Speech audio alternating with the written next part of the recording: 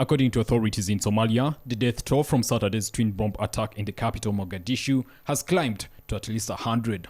Two cars packed with explosives were detonated minutes apart near the busy Zombe junction, followed by gunfire. The attack happened at the same busy junction where a truck packed with explosives blew up in October 2017, killing more than 500 people and injuring more than 290. Somali President Hassan Sheikh Mohamud denounced the attack and blamed the Al-Shabaab extremists. He also announced, so far, people who died have reached 100 and 300 are wounded, and the number for both the death and wounded continues to increase. He said, "We the Muslim Somali people are at war with Al-Shabaab. At the time we are talking, there is fighting against them going on in many parts of the country, whether it's Gaumadong, Hashabelle, Southwest, or Jubaland states." The Al-Shabaab extremists have been seeking to overthrow the fragile foreign-backed government in Mogadishu for about 15 years. Its fighters were driven out of the capital in 2011 by an African Union force, but the group still controls large parts of the countryside.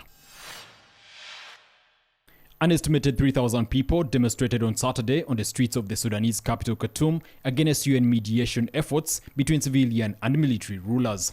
The gathering took place in front of the headquarters of the UN mission in Sudan. The crowd chanted pro-Bashir slogans and burned photos of UN envoy Volker Perthes. The demonstrators described the UN-led efforts as foreign interference and called for Islamist rule in the country.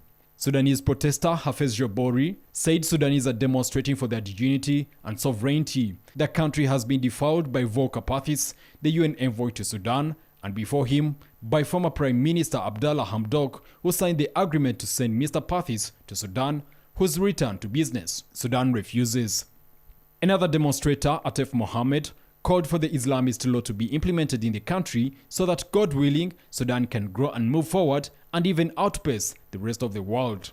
Last year, a military coup led by Army Chief Abdel Fattah al-Burhan derailed a fragile transition to civilian rule after the 2019 ouster of long-term autocrat Omar al-Bashir.